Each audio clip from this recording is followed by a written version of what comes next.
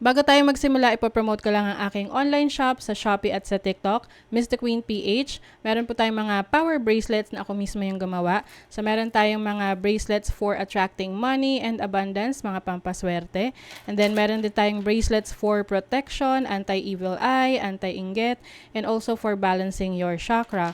Meron din tayong bracelets for intuition, wisdom, courage, communication, clarity, and love. So lahat po ng ating bracelets ay meron ng kasamang pouch, instruction leaflet, and extra string.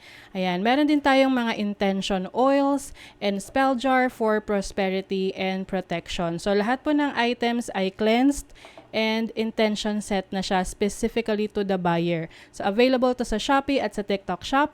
Link on the description. Thank you so much and happy shopping! Virgo, hi. Welcome to Mr. Queen PH. At ito ang inyong weekly reading for October 2 to 8, 2023. General reading, just take what resonates. Watch your sun, moon, rising, and Venus para sa iba pang mensahe. And thank you so much sa lahat ng sumusuporta dito sa ating channel. Just a reminder, you have the power to create your own reality. So gamitin niyo lamang ang reading na to bilang gabay. Okay. Let's see, Virgo. What's up for October 2 to 8? You have the 6 of Swords. You're moving on. You're moving forward. Parang pwedeng meron kang iniiwasan dito. Parang umiiwas ka sa gulo. Umiiwas ka sa issue. Umiiwas ka sa problema. Kasi ayaw mo ng distraction. Na syempre, pag nadidistract ka, mahirap maging productive. And for some of you, maraming opportunities opening up for you sa career, sa trabaho ninyo. But there are times na naapektuhan pa rin talaga kayo sa nangyari. Pwedeng may betrayal in the past or there's someone na parang may nanlamang sa inyo. Oo. Or nagkaroon ng conflict with someone. What is the 6 of Swords? 5 of Cups. Yes.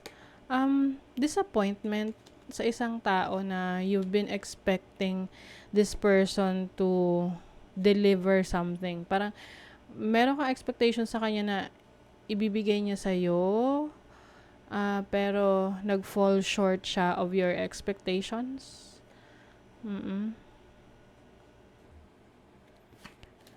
May losses ka sa rito eh. So, it seems na this can mean pwedeng meron kang nilet go na relationship, connection with someone na hindi mo na nilaban, hindi mo na inayos. And I feel like you are afraid, no? Takot ka na lalong masaktan kapag ipinaglaban mo pa. What is the 7 of Pentacles? See, 8 of Cups. It seems na masaya naman. I mean, naging masaya ka sa relationship na to. There's a lot of potential in this situation, this relationship na maging successful in the future. But, pwedeng sa mga na-experience ninyong problema, it's too much or it's too much to handle. It's too much to take. And for you, you just want to break free or get away from that situation. I also see someone na ayaw nang maghintay or ayaw na mag-take ng risk sa relationship or sa situation na to.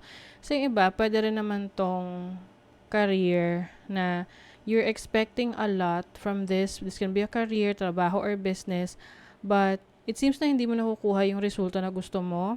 And you don't want to risk anymore. You don't want to spend your time, your energy anymore para maghintay nung success. Parang ayaw mo na sumugal doon sa career, trabaho, business, or relationship na to. So you are choosing to leave and explore new opportunities. What is the Three of Pentacles? The Hierophant.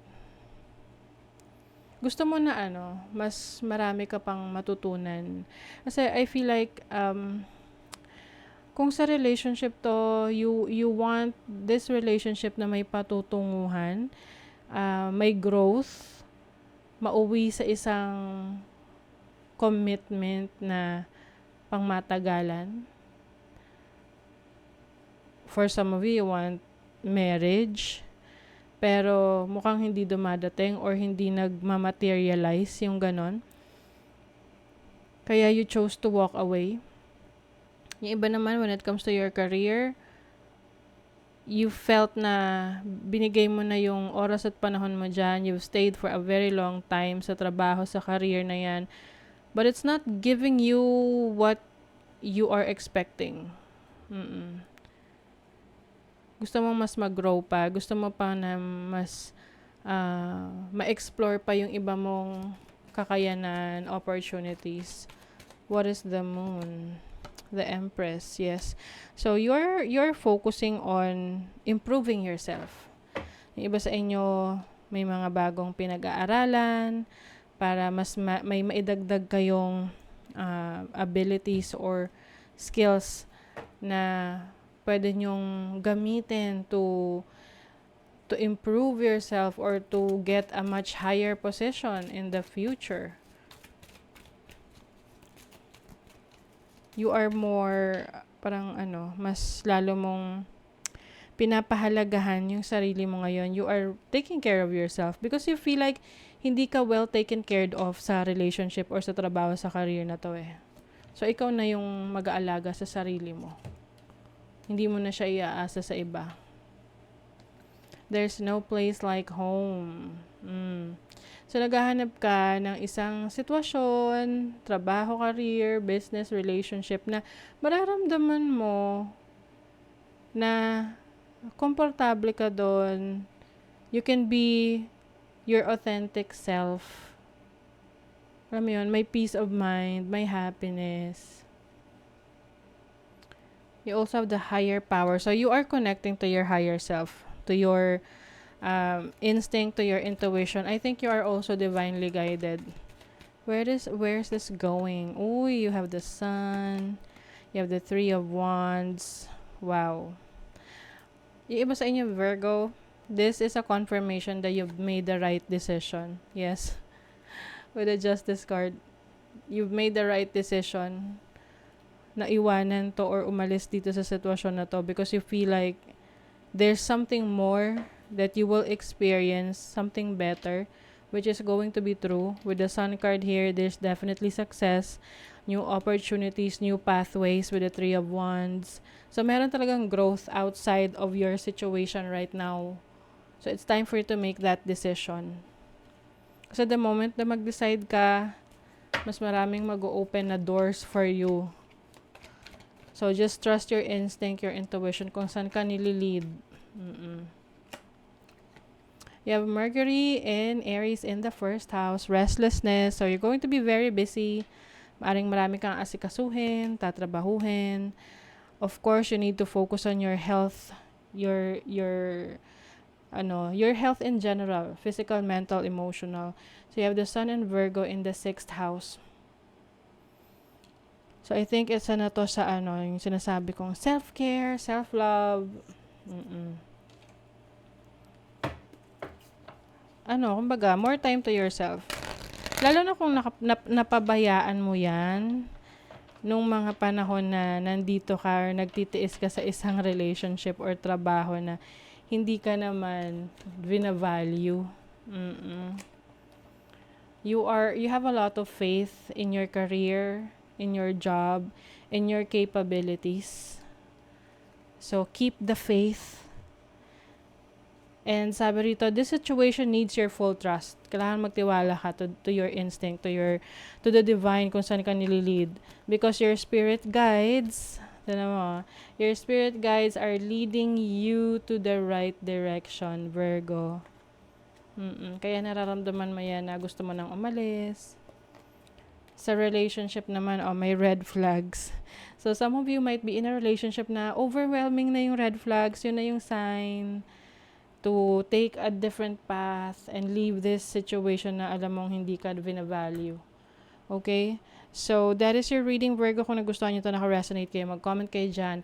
Like, share, subscribe para lagi kayong updated sa ating mga readings. Thank you so much, Virgo. See you again.